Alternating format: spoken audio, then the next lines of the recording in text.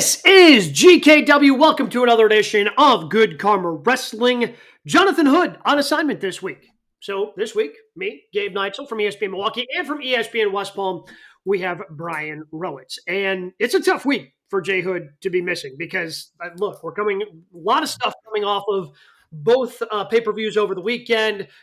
King and Queen of the Ring in Saudi Arabia, Double or Nothing for AEW in Las Vegas. But probably the biggest story revolving around Becky Lynch. Becky goes to Saudi, loses her championship to Liv Morgan, then has a cage match on Monday Night Raw against Liv Morgan as well, and loses once again. And now rumors and the reporting around saying that she is not going to re-up her WWE contract. Also saying doesn't seem to have a lot of interest in AEW, but she's going to be going on hiatus. So the question now becomes, with one of the biggest stars in professional wrestling, where do we see Becky Lynch next? Yeah, it's surprising because, starting with Saturday, none of us expected her to drop the title to Liv Morgan. So Liv wins, you're like, oh, okay.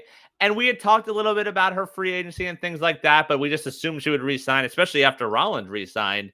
But then the reports come out like, hey, her deal's up Saturday, June 1st. So like, all right, rematch Monday. She gets the belt back. Everything works out. She loses again. Liv Morgan 2-0 versus Becky this week. So go ahead. Well, and then she gives a promo before the match when she's backstage with Lyra Valkyria. I can't remember the exact wording, but it was kind of ominous as well, where it's like, yes, okay, now this has my attention. Again, Monday, this is all before like the hiatus talk ends up happening, and she tweets out a picture of herself after the match, kind of walking presumably out of the ring, out of the arena. Again, another ominous tweet. So it's like, okay, what the hell is going on with Becky Lynch right now?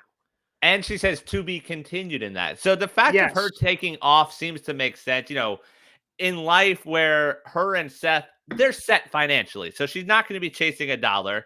Rollins is currently out as well with an injury. Like, this might just be a good timing for her where it's like, hey, we can both stay home, no obligations. He's healing up. We can have they have a child, they stay home, do all that type of thing. To me, where we see her next, I think it is in a non-WWE ring. She sat here on this show with us, and Hood asked her, hey, what are your goals moving forward in wrestling? It's like, I don't really have any.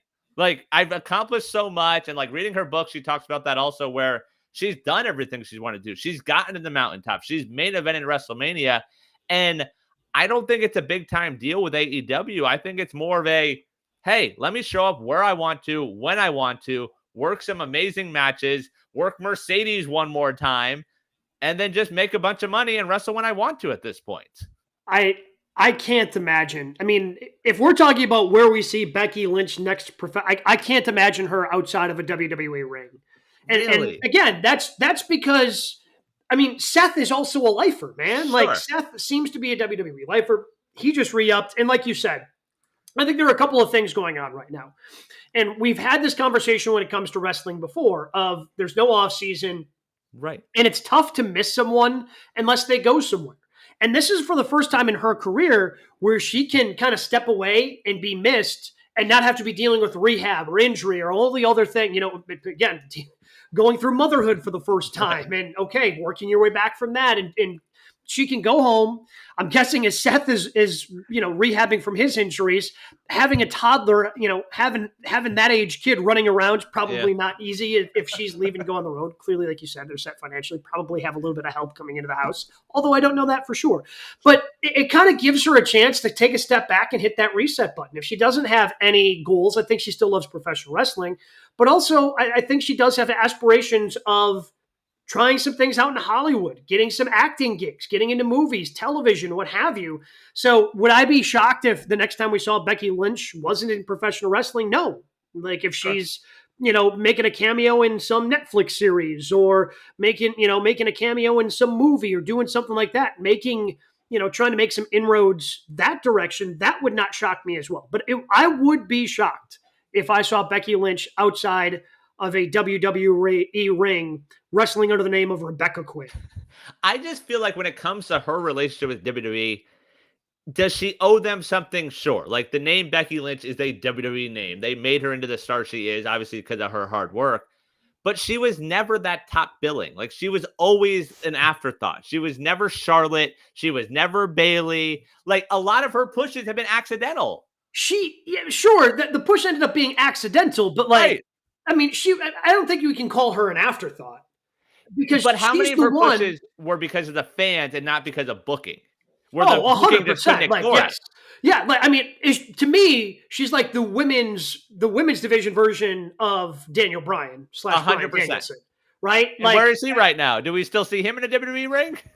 No, we don't. But again, he's also like a wrestling psychopath and, wanted to do the New Japan Pro Wrestling and do all the different things that he is currently doing that WWE just did not present him the opportunity with, right? And like, while I would like to probably see some of the matchups of Becky and see some of the stories they could tell with Becky and Tony or Becky and Britt Baker, Becky and, I mean, literally you just run down the roster they have there. It's pretty steep. It's pretty steep. Becky and Willow, like, would that be fun? Hell yeah, that'd be fun.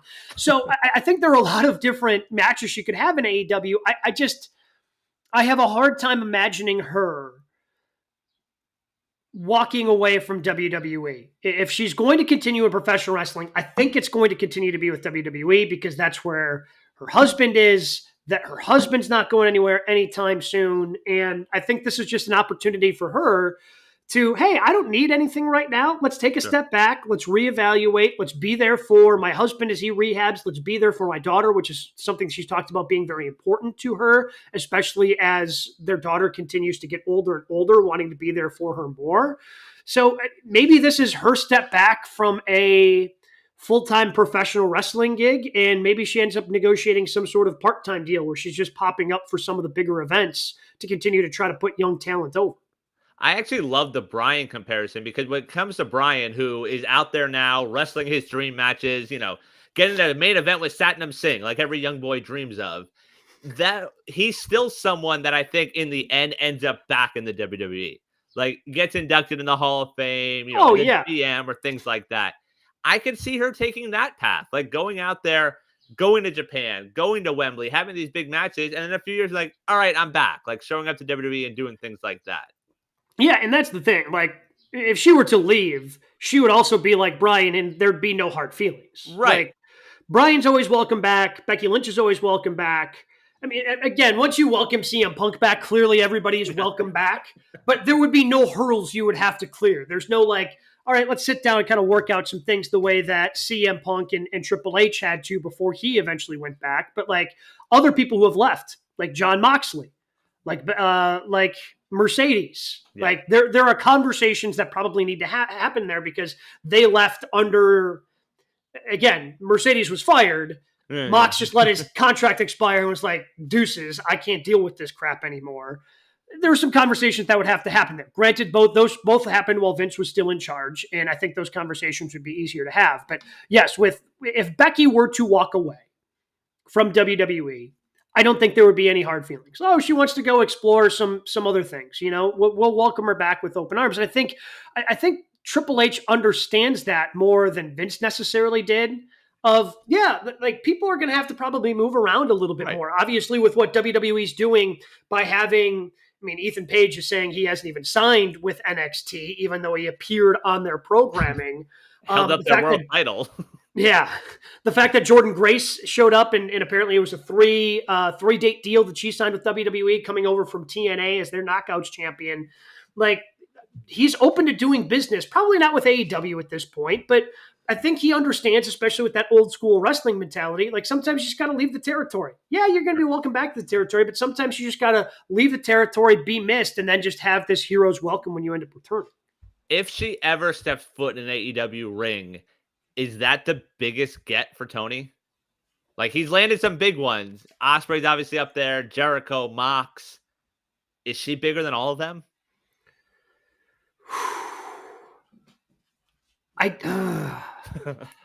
Probably, just because, I mean, Jericho was shocking because we all thought that Jericho had said himself, like, I'm not wrestling. Like, when he was doing New Japan stuff, like, I have such respect for Vince. I'm not going to do anything in North America unless it's WWE. Like, this Japan thing is just, something I get to check off my bucket list. So for him to turn, and honestly, I don't know how far AEW goes without Jericho going there to begin with. 100%. Yep. And, like, I don't know if we're at year 5 if Jericho is not there. So, I mean, that was pretty shocking. The other one's not as shocking just because you knew, Danielson, Mox, like all these other people that have made the jump, CM Punk. Like, I mean, Punk was surprising because he was gone for so long. But in terms of, I thought you were a WWE lifer, Jericho is the only other one who fits under that category because of the way that he talked before he actually ended up working with AEW. And just the way that she has been with WWE, I just can't imagine her being anywhere else. Yeah, and that's why I think, like, she also is one I think that sort of transcends it. Like, she's got that memorable look where Jericho pulled in those casual fans who are like, oh, I know that guy. Like, let me flip this on. She would do that. It was like, oh, I recognize her. Let me watch this. And then all of a sudden you're like, I don't know anyone else here. Who's this guy with his hands in his pockets? Like, that could be sort of what she is in drawing people back. With Punk, that's a good one also. But I feel like with him, there was nowhere else to go. Like, at that point, we like, it wasn't in WWE again. No, yeah. At that point, it was either Punk showing up in AEW or he's never wrestling again, and then again that's spiraled to the point where he's back in WWE. But of course, which, like we all expected. After getting fired from AEW, clearly this was the only way this was going to go. So yeah, like her being a WWE lifer is just I have a hard time because even with like Danielson and Jericho, like we knew Jericho from WCW. Right. I mean, again, that's going way back, but he had some moments in WCW before he left. Danielson had really good moments in ROH before he came over. Like Becky Lynch doesn't really have, yes, she wrestled in other places before she got to WWE developmental, but she doesn't have like, oh, remember that one match that she had in a promotion outside of WWE. Like literally for most fans of just professional wrestling, her career is WWE and that's it. Yeah, and that's the thing, and I wonder if part of her wants to experience that recruiting. I feel like we hear it with LeBron sometimes where he didn't really experience college recruiting since he went straight to the league, so now he just experiences it as a free agent. Like, oh yeah, let me test the waters. Like, who wants me? Because he didn't do it in college. Becky didn't really do that coming to WWE. She worked internationally. She didn't really have that run where everyone was trying to get her. Now she can do that if she wants to.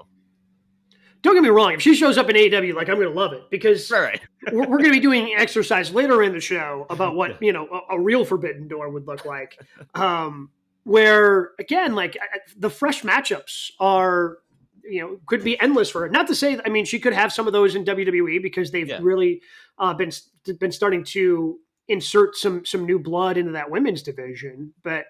Yeah, and it's funny because her current path where like she didn't really need a title. She dropped that match to Rhea. And I wonder what the goal would have been if Rhea doesn't get hurt. Like, I feel like she was the, in case of emergency, Rhea gets hurt. They need to put the belt on someone. She's the WWE women's division, John Moxley. Like, oh, exactly. Crap, someone got hurt. All right, Becky, here you go. Here's the title. We'll see you in Jeddah in a few weeks. So like, I wonder what these last couple months would have looked like if Rhea was healthy. Because they did their thing at Mania. I don't think they would have rematched in Saudi Arabia. Like, would she have been off TV up until now? I mean, I think it's a complete possibility. Like, I think it's completely possible again, because typically you don't let somebody who as big as she is, like when we hear, and this is no offense to Natalya, right? Like when Natalya's negotiations coming up like pretty tight to that window, you're like, okay, like what's her future with the company? When you have somebody who is featured as much as Becky Lynch has been featured when she's been in the company, like it's, okay, what's going on here? And it seems like maybe it's her going, I'm going to take a step back. Let's reevaluate everything because financially I'm safe. I don't have things I absolutely need to accomplish. Things. Let's start doing some things that I want to do, and let's figure out what those things are. And it's funny also because Rhea healthy, if she takes time off after Mania, maybe that would be the only reset she needed. Like if she was off the rest of April, all of May, June 1st rolls around and she's been home for a couple of months, maybe this isn't even a discussion right now. Because she'll be like, okay, like I missed it. You guys missed me. I'm in. But now she's been working and had to do all that stuff. Like maybe that changes the course of things right now. Yeah. And again, maybe she's back by SummerSlam. Yeah. Maybe she comes back for that. Who knows? But whatever she decides to do, I'm completely cool with it. Like, I don't think Becky Lynch owes a WWE anything at this point, just like Bryan Danielson didn't owe them anything when he decided to step away from them. And if he comes back, that's good for WWE. If not, I think that's good for professional wrestling. If she decides, hey, What's a dream match with Britt Baker look like? Right. Let's dive into some of the other top stories throughout the world of professional wrestling. We like to call it our 3 count here on GKW. What do we have this week, Brian? We talked about double pay-per-views this week, an AEW Double or Nothing. So the return of MJF, who told the world he has re-signed with AEW and showed off a new tattoo to show his commitment to the company. Who do you want to see MJF feud with first? First thing with that tattoo, I forget who I saw tweet it, but somebody tweeted how it's MJF has gotten a regrettable tattoo. If we're following the basic principles of Cody Rhodes and Brock Lesnar, that only means his career is about to take off. Okay, that's a good point. Yeah, at least this one could be covered. Like even the Brock side, where like you can cover it up. Cody definitely takes the cake in the bad tattoo department. Well, you can't cover up Brock's. It's on his sternum. Wear a shirt. I guess what one are we talking about? Are we talking about the beast on the back, or are we talking about the sword on the sternum? I guess I don't know which bad tattoo. But he can walk into a building and you won't notice it. Cody, there's no hiding that thing. No, there's no hiding that thing. It is big right there on the neck. This was hard to kind of come up with who I wanted to see MJF feud with. But ultimately, I just think there's one answer. Also, just for his timeline, we'll be on Dynamite next week, and Roosh called him out last night. So I don't know if that's a temporary thing. Yeah. But welcome back. Yeah, welcome back. Now go work a stiff match with Roosh. Again, which I'm going to enjoy, because I do enjoy Roosh, but that's a tough draw. The only thing that makes sense to me, because MJF has to be in a big feud, right? Like he is one of their bigger stars. You just signed him to a big time contract. And okay, so he's got to be in a big feud. Well, he's not going to be in the world title picture because they just did the gauntlet match last night to Will Ospreay. Very interesting there that Will Ospreay ends up being A, in it, B, winning it. So he is going to be challenging at Forbidden Door Swerve Strickland. So that's very interesting. Okay, so world title, take it off the list. Does he have to earn and be part of the TNT ladder match? Seems okay. All right. Yeah. Probably not. Again, they probably have too many championships right now. So you have the Continental Championship, the International Championship.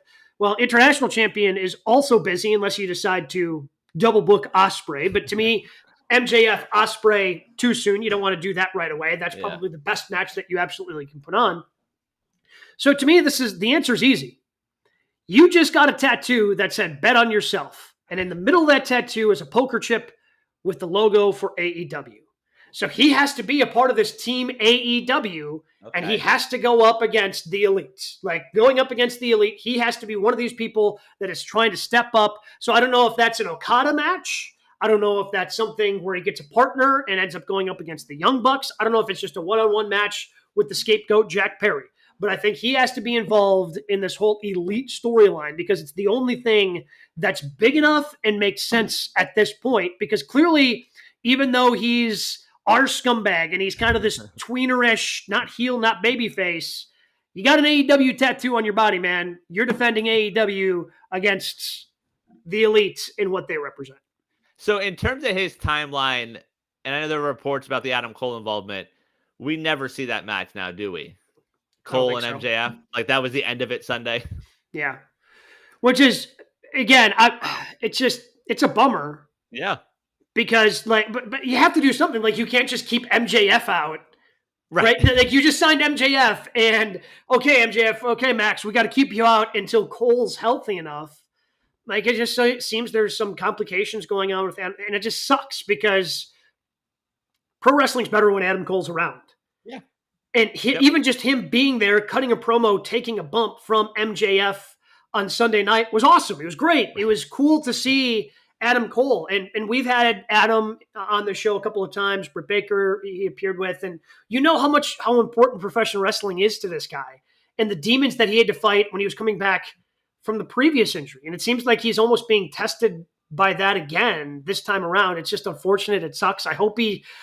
First and foremost, I hope he just gets to a point where he's healthy enough, and then I hope he can be healthy enough to wrestle. But it just seems like that's pretty far off. So you're going to have to manufacture and come up with other things.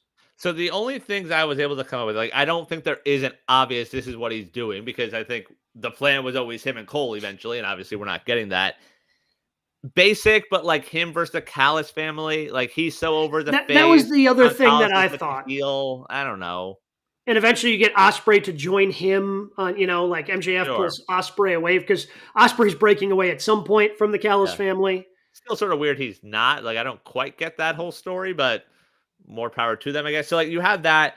And then a couple you mentioned. So I think you can do him versus the Elite, and maybe that's how you involve the TNT title. Like if it's Jack Perry versus MJF for the TNT title, like you get the thing, he wins the title. The title then has significance because they've elevated that title a lot with Copeland, and then he decided to jump off a cage and land on his feet, which didn't result in good things.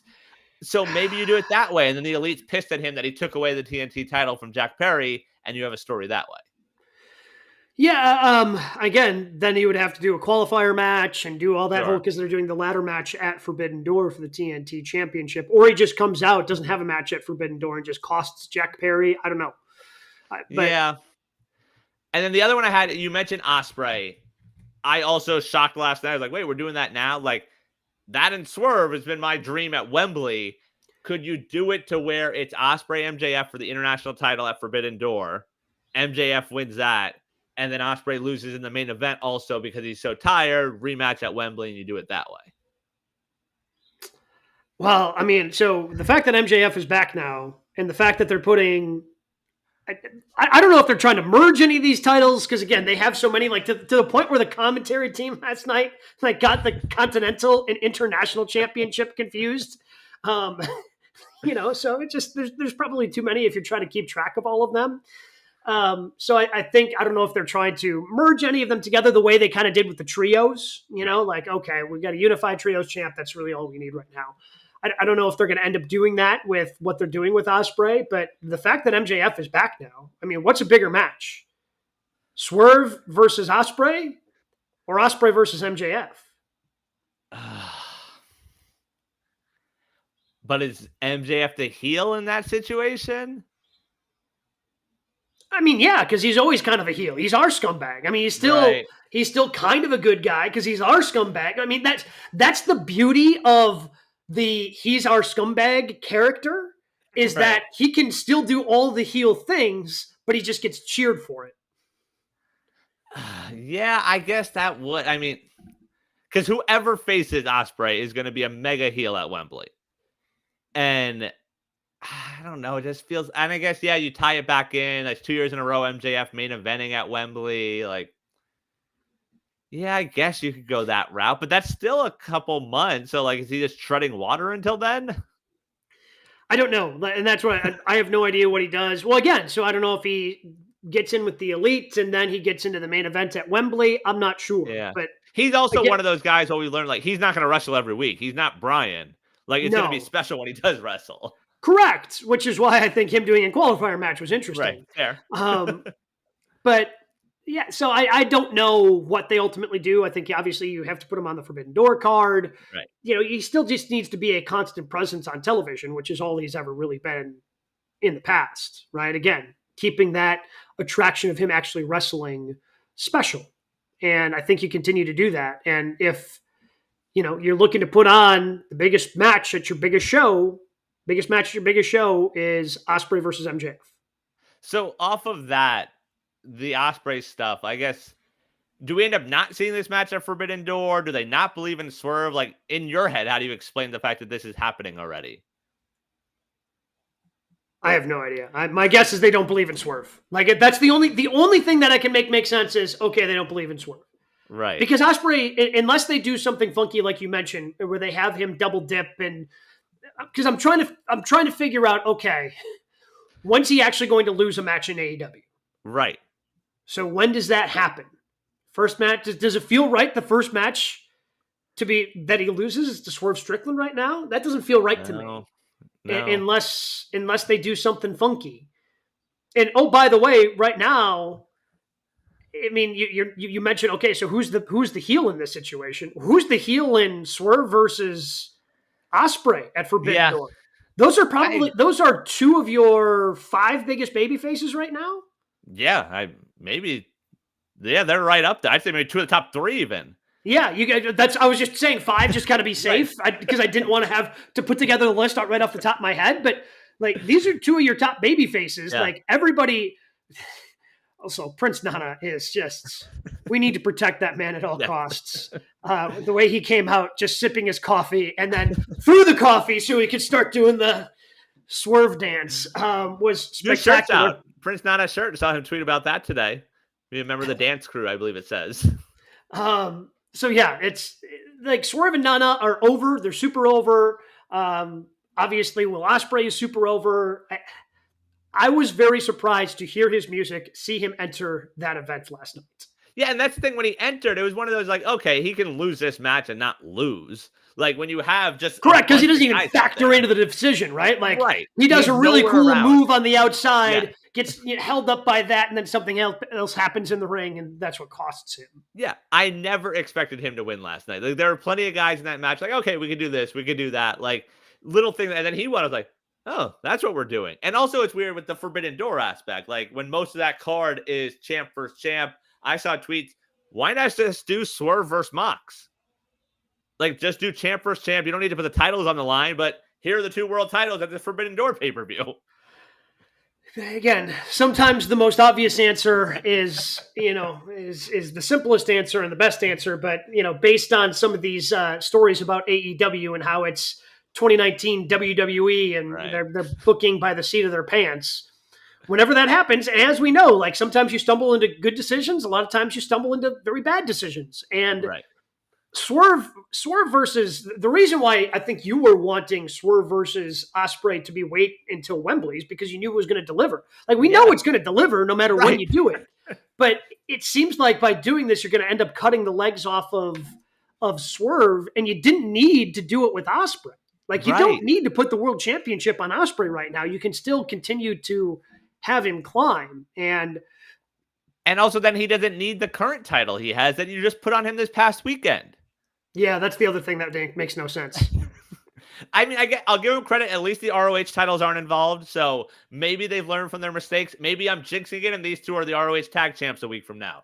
But as of now, they're not involving that, so I consider that a win. But like when those 2 are in the ring, I'm confident to say it'll be one of the matches of the year.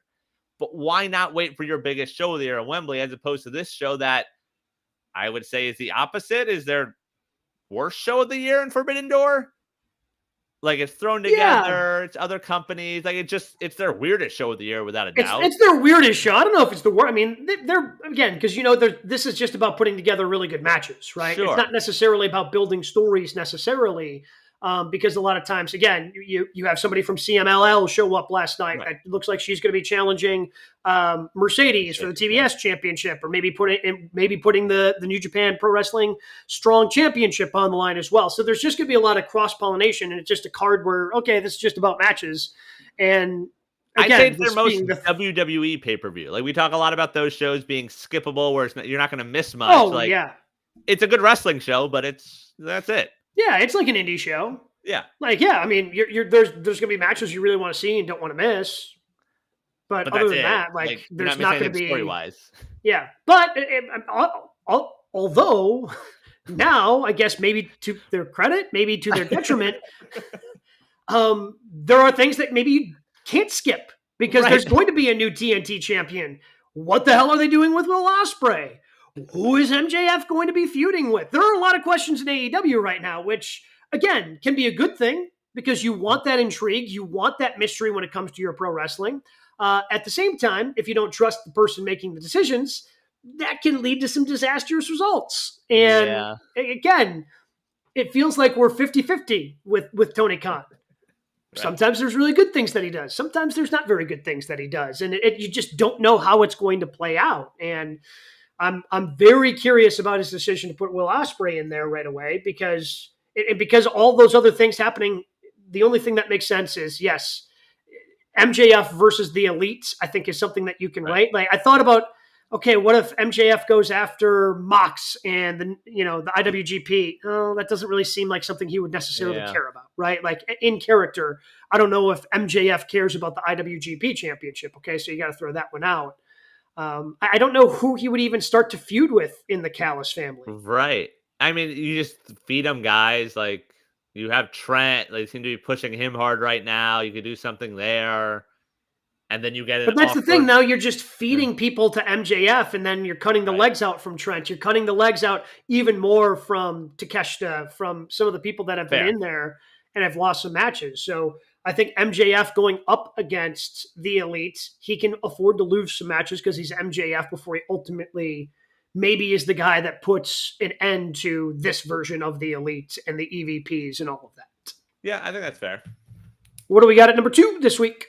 All right, part of Double or Nothing was a 5-year celebration of AEW. So let's project ahead. 5 years from now, what's more likely for AEW? They're gone, or they're the number 1 pro wrestling promotion? I mean, I kind of lean towards them being gone.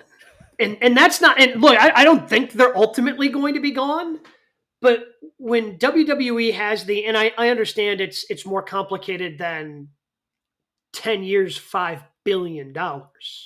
Right, because there are a lot of outs. Because there's outs along the way for Netflix. But the fact that starting in January, WWE has a 10-year, $5 billion contract with Netflix, kind of have a hard time picturing AEW doing anything that's going to put them over what the WWE is, right? So I would have to lean towards gone. I don't think they will be gone. Some catastrophic things would ultimately have to happen, but given the money that WWE is going to be getting with their current television deals, I can't say that they're going to be overtaking WWE anytime soon, and that includes anytime in the next 5 years.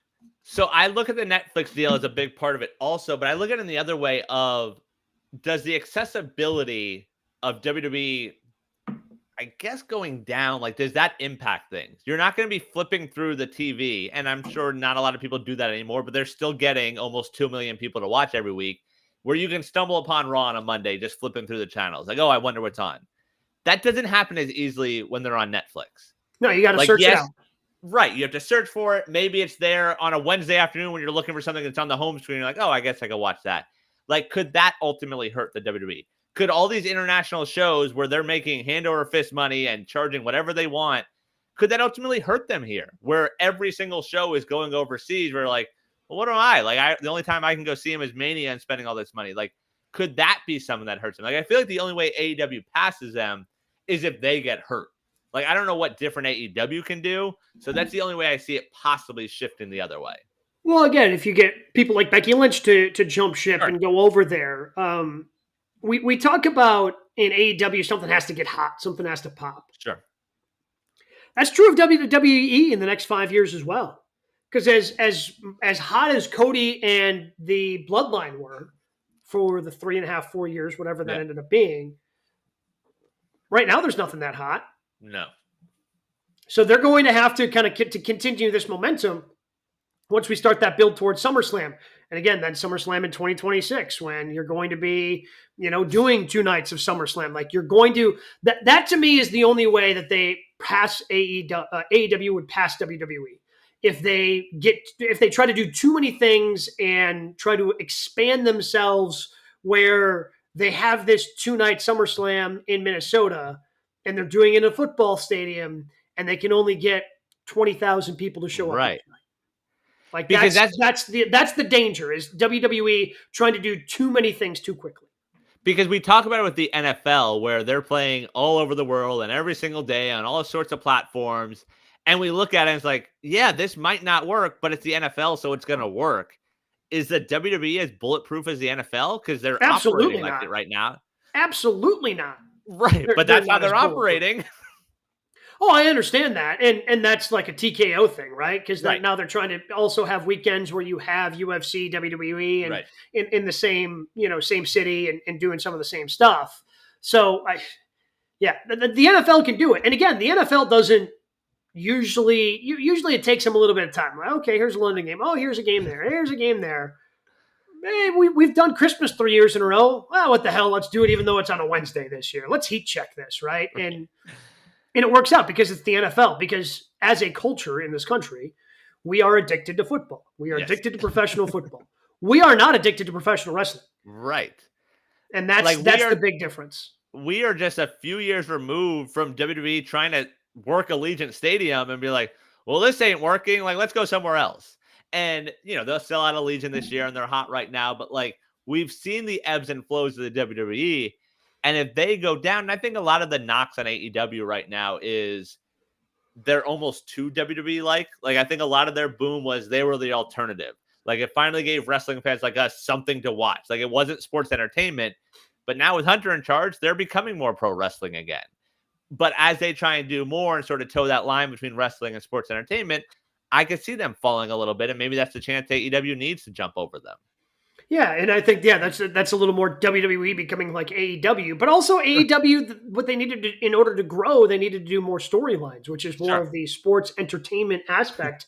But again, that's how you draw an audience consistently week after week if you're telling really compelling stories, because ultimately, at the end of the day, that's what this is. It's a TV show. Right. Like it's, and in order to kind of have an audience that's going to be captivated, you have to tell captivating stories. So I think that can be a knock for AEW, but in order to grow as a company, that's kind of the direction they needed to go. Don't need to do as much as what WWE was doing in, the late 2010s of sports entertaining and lack of wrestling. But AEW is never going to be that either, because they know they've got really good professional wrestlers and want to put on a really good product in the ring. But, they've got timeless Tony Storm. They've got the learning tree and Chris Jericho. They've got some of those ridiculous sports entertainment aspect things. If AEW becomes the number one promotion in the next 5 years, to me, it's more about WWE taking a step back than AEW truly taking over the world of professional wrestling. Because the other thing is, I can't trust Tony. So in the next 5 years, do you think Tony Khan is going to become that much better of a booker, or he's going to start suddenly listening to more and more people around him? No, probably not. And that's the weird thing also, where I saw people tweet out the card from the first Double or Nothing, and we look back on that show so fondly, and I think Cody and Dustin were a big part of that. But you look at that card, and it's like, well, this isn't very good. Like, there are a lot of multi-man, multi-women matches, people you've never seen before. But I remember that night being like, oh, pro wrestling is back. And then you look at this year's card, and it's like, oh, this is amazing. They're doing a great job. But they seem to be a lot on the downside now. And I think because of the WWE uptake is why we feel that way, where we don't need this hardcore alternative anymore. Like, that pro wrestling show 5 years ago, Double or Nothing, was so different than what we were seeing on our televisions on Monday and Friday that it made it that much better. Now Mondays and Fridays and then Wednesdays, they're a little closer. And that, I think, ultimately is what hurting AEW right now. Yeah, because you're getting better and better in-ring action mixed in with a lot of the storytelling that WWE has been known for. But again, the WWE rode this hot streak really since AEW came along and really started separating themselves, to me, because of one thing and one thing only. That's the bloodline. Fair. So if they don't, I guess maybe I'm talking myself into this is how AEW does catch them. But the bloodline is the thing that separated WWE. Right. And then Cody became a part of that, and that helped separate it, right? But that separation had already kind of started to happen. Where, when AEW first started, it felt like they were closer, and now it feels like they're miles apart. WWE needs to find another thing that can hit and capture everybody's imagination. Yeah, no, I agree. And they've proven they can do that. Like, as much as, maybe we don't watch NXT as much as we did the Black and Yellow, they're making stars. Like, seeing what Tiffany Stratton is, seeing Jade Cargill in the ring now, she's a lot better version than she was in AEW. Like, they are able to make stars, and that ultimately is what they can do. I hope so. As long as they... Going from when they first touted her, like, hey, look at biggest free agent signing of all time, Jade Cargill. All right, now we're just going to hide you for like 8 months, and then we're going to let you wrestle again, right? Like, if she wasn't better, then there were going to be questions, right? Like, if she was not going to be better in those 8 months. So, but they're doing stuff. Like, Logan Paul. Like, anytime you see Logan Paul in the ring, you're like, how is this possible? Like, the stuff he's doing, and he's had single-digit career matches. Like, they are making stars, and that's impressive. He's wrestled for the world championship twice. Right. Yeah, in those single digit. And look, I'm not saying it was a bad idea. Like, great matches both times around. You did it in Saudi both times. Fantastic. I've got no issues. But I just, when it comes to AEW, but also I don't think, I mean, realistically, again, the reason why we have to ask on the two extremes, because neither are likely. To me, it's most likely that AEW is still there as a strong number 2, which is fine. There's nothing wrong with that. And again, we get tribalistic and do different things on Twitter, and it just makes me rolls my eyes. Professional wrestling is better when two companies are able to have the success that these two companies currently have.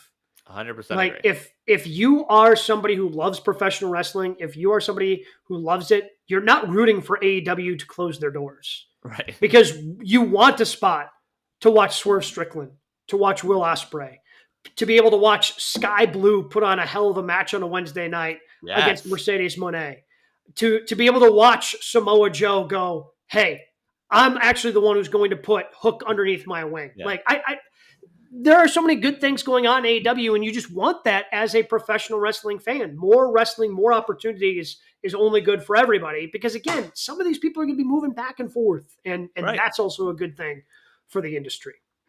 Agreed. What do we got at number 3 this week? All right, speaking of Forbidden Doors, we saw a new one open this week. Jordynne Grace appearing on NXT as Knockouts champion. She'll face NXT Women's Champion Roxanne Perez at Battleground June 9th in Vegas. So this comes from a tweet from Main Event C. If we ever saw AEW and WWE do a true Forbidden Door, what are the matches you would want to see on that show? Do we want to see Mox versus Roman or Mox versus Seth? Or just make it a Shield triple threat? I guess I feel like you have to do triple threat. I feel like we were always robbed of that moment. Well, we did get Shield triple threat. There was one time they did Shield triple threat. So it was before Fox came along. So Mox wins the World Championship at Money in the Bank. And we have a night where all 3 members of the Shield were WWE champion.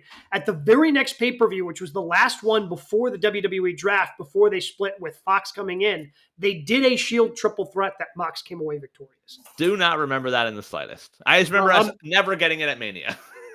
Correct. It should have been at WrestleMania, but again, I am a Dean Ambrose / John Moxley mark, so these are the things that I remember from his reign and his time in WWE. So so Shield triple threat, like is first and foremost, like let's just Shield triple threat. All right, we're all in agreement. We can move on to what else. So then it becomes, who do you want Will Ospreay to wrestle?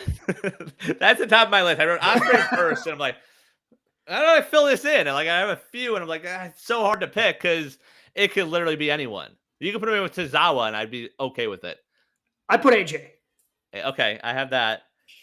The other guy, Ospreay, AJ Styles, because when it comes to, because Ospreay is just, he's so good in the ring, and I think AJ is probably the best in-ring person that WWE has. Yes. So the other ones I had Rollins. Okay. I think that could be good. I only have this one because I literally have it saved in my YouTube to watch. I don't know where it's from. Is Gunther. There's an Ospreay Gunther match out there from somewhere. I literally have it in the saved to watch later. I haven't actually sat down and watched it. I feel like that could be good. Ospreay trying to do something off the top rope and then just getting chopped to the ground. Yes, okay. You could talk me into that one pretty easily. Yes, you could talk me into that. But see, so I went for a Hoss match. Yeah. That's where I saved Gunther versus Samoa Joe. Okay. I also Gunther versus Rush. I wouldn't survive that. I wouldn't survive watching that. That's just the stiffest match you've seen in your life. Oh, and also a couple left field for Ospreay. Logan Paul.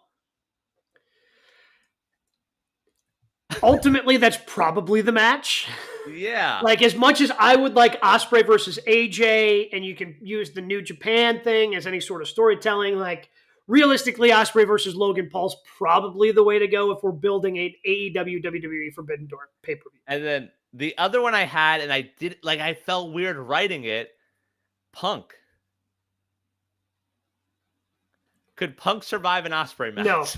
No. Punk could not survive an Ospreay match. No, I don't think you want to see that, don't you?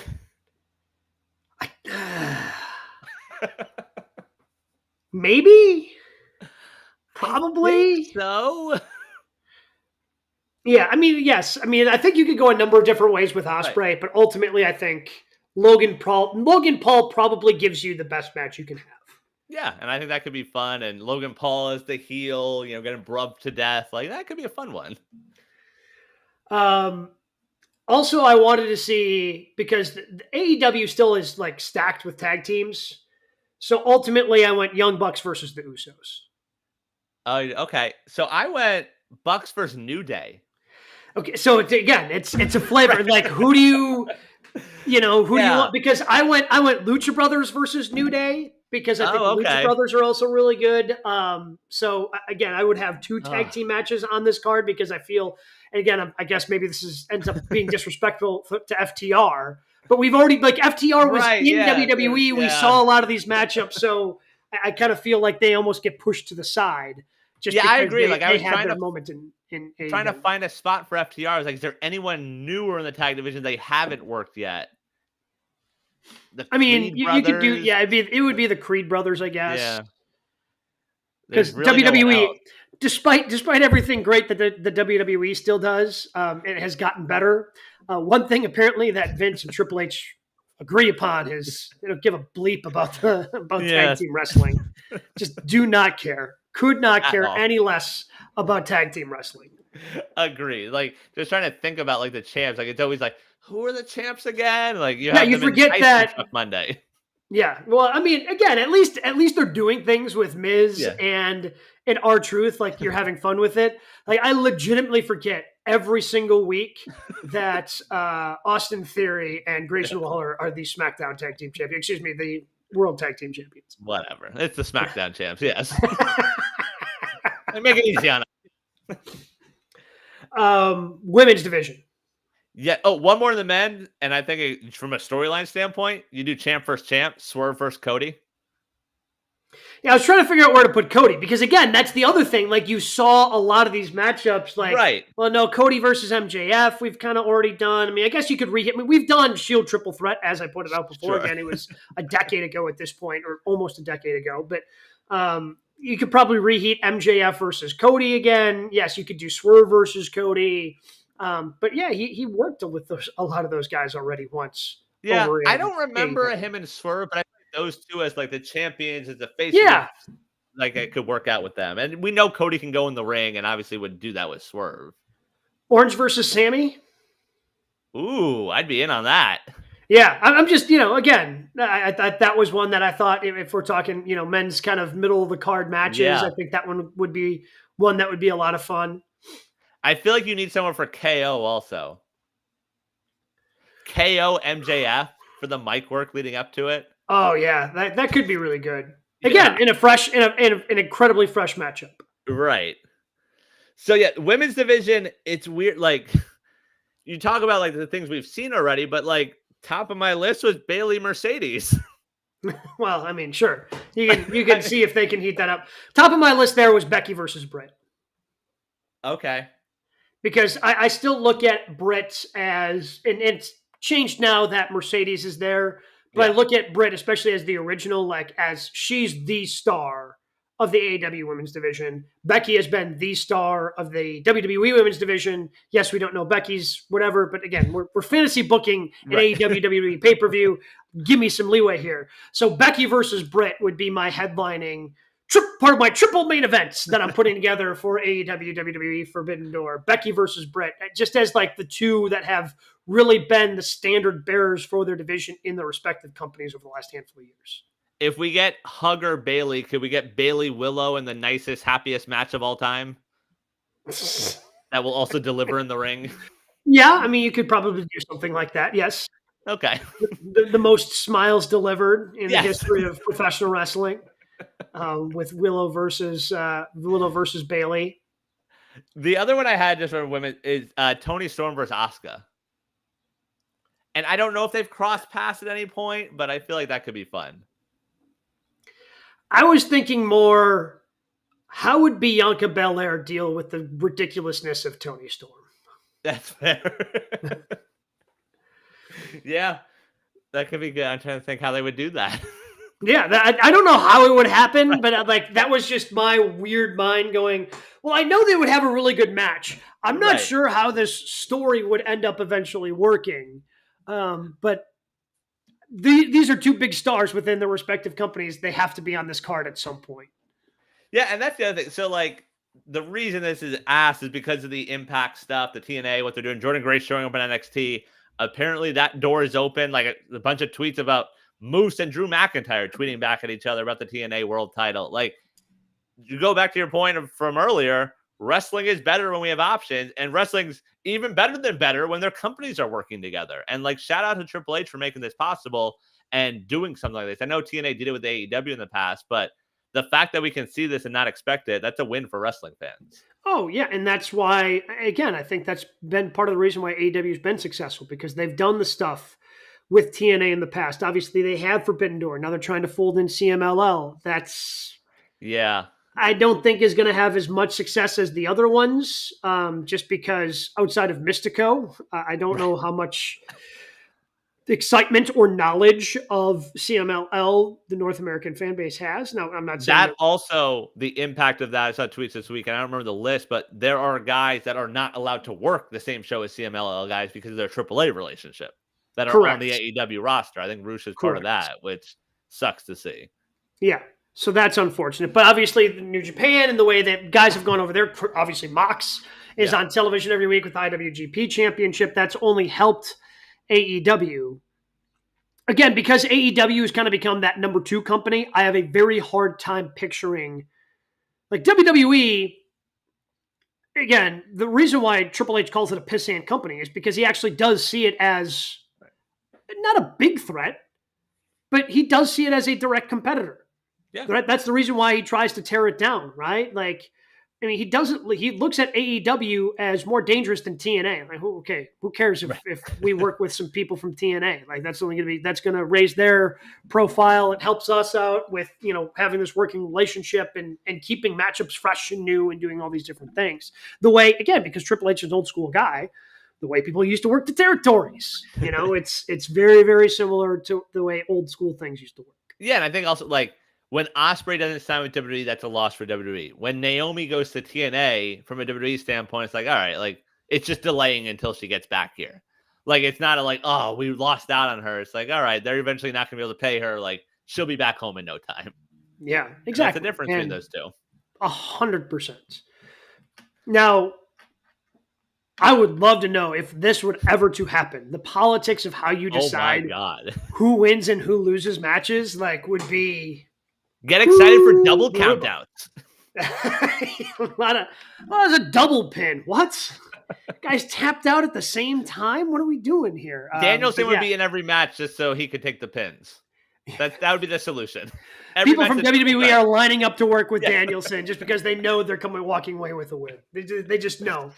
Him or Dax. Who's that WWE guy, I guess, that would be like, okay, we know he'll be okay taking a fall. Like, do they have someone? AJ, okay, that's a good one. I feel like Sammy would be okay with it also. Yeah. So, yeah. Guys who have been around professional wrestling for a while. Right. Yeah. What do we got news and notes this week, Brian? All right, some AEW goings. Some contracts expiring this week. A trio of guys. Mark Henry announced on Busted Open he will be leaving AEW. His contract is up. Arn Anderson announcing on his podcast says his deal is done thanks to AEW for the time, and reports that Jake Hager's deal has expired and he'll be moving to free agency. Not shocking, I guess, on any of them. It's been a very long time since we've seen Arn Anderson on television. I wouldn't be shocked if he popped up in WWE. Again, he's Four Horsemen, WWE Hall of Famer. His relationship with Cody, kind of being in Cody's corner again, I think would be a possibility for him. Same thing with Mark Henry.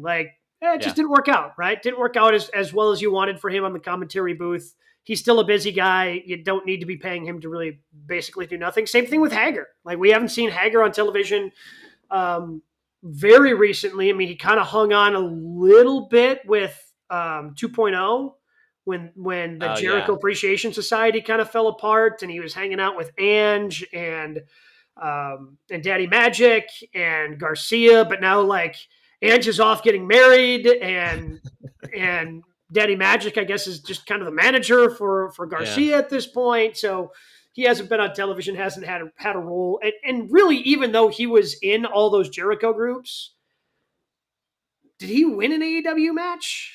Yeah, I don't know. He did that MMA match. I don't think he won that. Yeah, my assumption is yes. At some point in the last 5 years, he won an AEW match, but the larger point stands of, I mean, he was just kind of, he was made to stand there, look around, look tough, be goofy, have fun with the I like this hat stuff. Purpose served. You can move on. He'll be back in WWE, right? I don't know. He feels like a WWE guy. By the way, 0-2 in 2024, 26-31 in his AEW career. 26? Yeah. You were not watching enough Elevation, sir. He was probably winning matches there. But I'll have to take your word for it. I don't know where else he's getting wins. But speaking of AEW television deal, Puck News reporting that the exclusive Warner Brothers Discovery negotiating window will close in July. TNT does reportedly want to keep the 5 hours of AEW programming, but Tony is said to be disappointed with the current offer on the table. Here's the problem.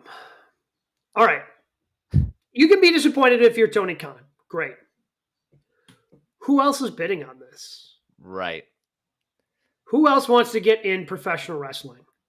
I don't think ESPN's looking to fill dates. ESPN, Disney, and like FX, would they put something on FX? Because that's under the Disney umbrella. I don't know if Disney's looking to get into that.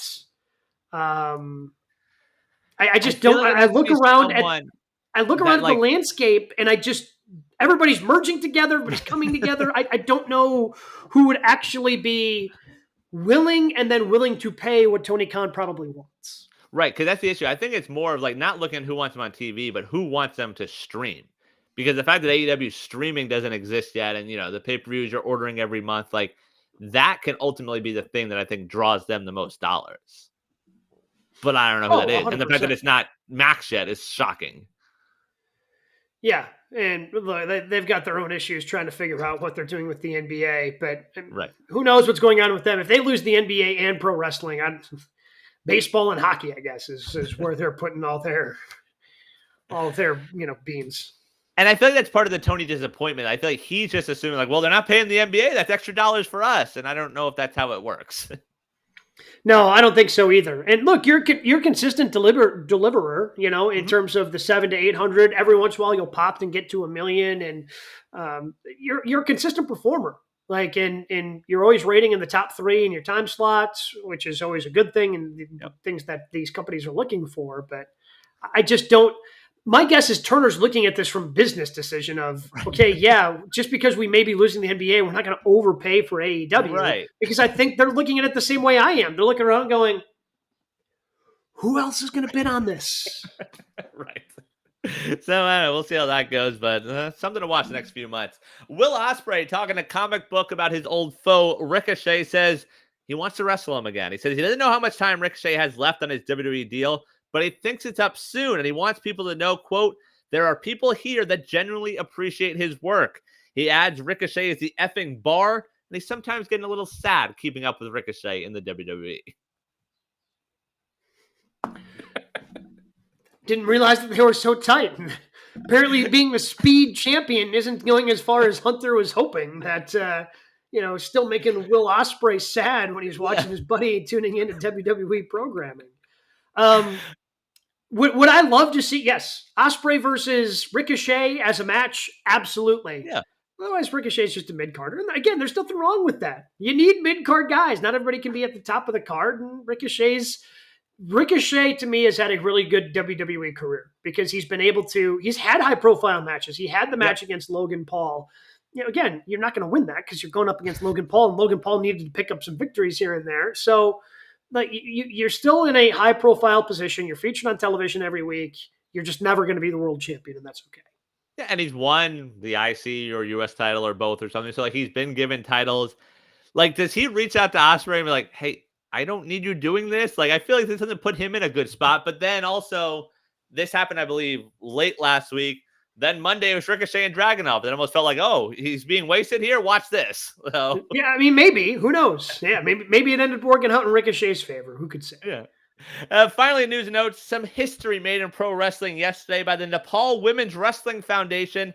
They held a match at an altitude of 5,644 meters. That's over 18,000 feet here in the U.S. It is the highest altitude a match has ever been held at They are waiting for it to officially be recognized as the world record.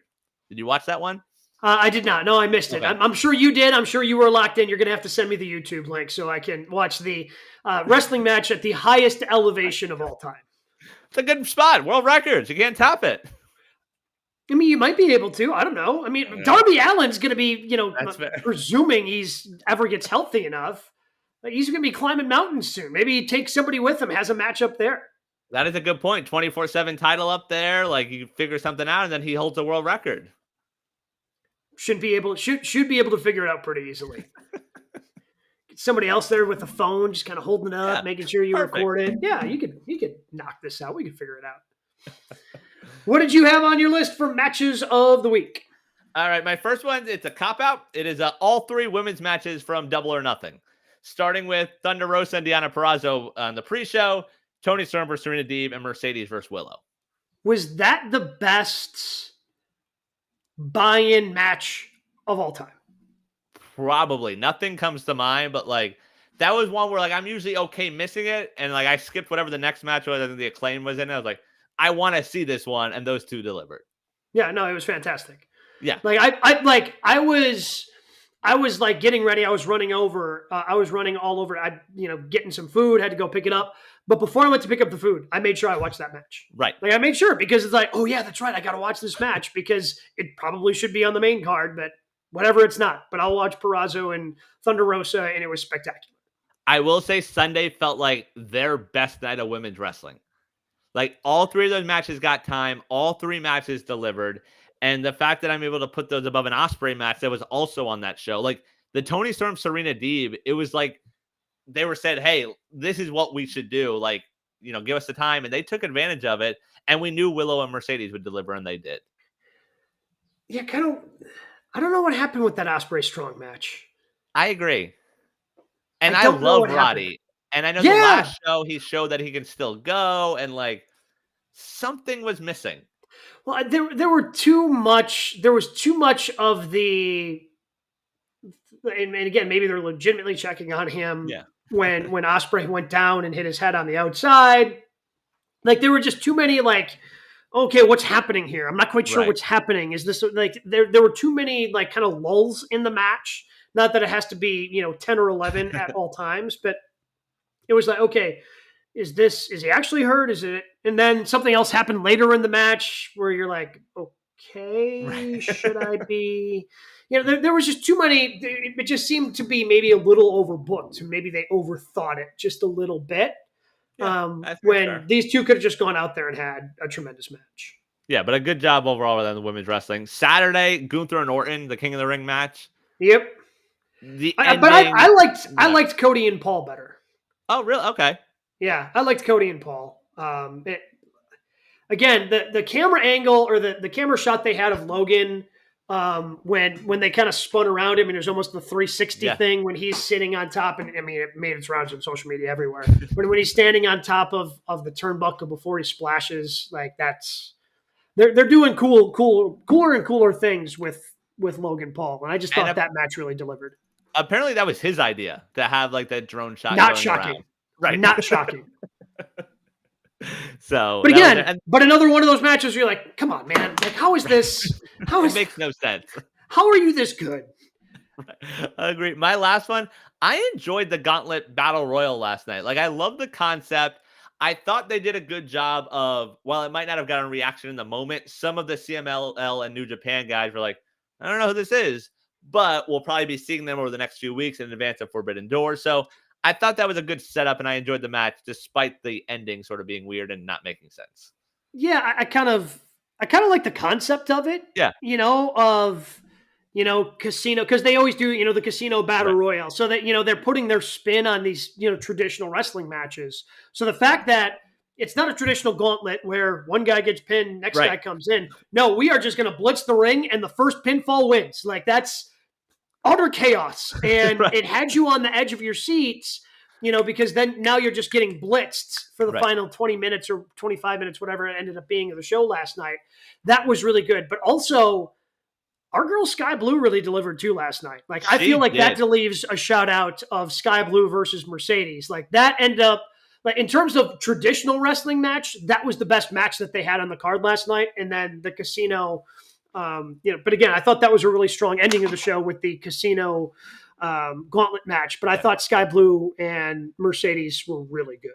Sky Blue deserves a shout. Go check out her interview with us because one, she's still so damn young. So I'm sure it was surreal to be in the ring with Mercedes last night. But just in our conversation with her, she is such a pro wrestling fan that I'm sure last night meant so much to her, where she probably grew up watching Sasha Banks and being like, hey, this is pro wrestling. I can do this. And last night she worked a damn good match with her. So like, shout out to her for having that moment and delivering. Well, and it was kind of shocking that they put the match on the card, right? Because Mercedes came out and we're like, oh, okay, this is just, we're going to have a nice little build for this or whatever. And all of a sudden they're like, oh, by the way, Sky Blue versus Mercedes tonight. Like, oh, right. Okay. And then it just came out of nowhere. It was spectacular. I feel like, I don't know if it was one of the top 3 matches of the week or not. Sure. But again, I think it is worth noting, though, that Mercedes, for anybody who thought that maybe, they're protecting her. Maybe it turns out she's now done 2 matches in AEW, and we're talking about both of them during our match of the week segment here on GKW. Whoever saw that coming? Yeah, who knew? Unbelievable! I can't believe she can still go. Yeah, it turns out she was just injured. Right, it happens. Yeah, right. Yeah, if Will Ospreay got hurt, we're like, I don't know if he can still do this. Like MJF, I don't know about that first match. Maybe he can. No, he can do it. He's going to be spectacular. She was spectacular, and that's only good for professional wrestling. That's only good for AEW. Again, building already towards Forbidden Door over in AEW. They're building for SummerSlam, and they're building for Clash at the Castle. A lot of things that they're building for over in WWE. Don't forget, as Brian mentioned, subscribe, comment over on YouTube, youtube.com/@GoodKarmaWrestling. A lot of really good interviews we've done over the last year or so. Sky Blue in there, so go check that out. Make sure you check out that interview, again, since she was featured last night. But we're going to have so many things to talk about next week. I guarantee it, because it's pro wrestling.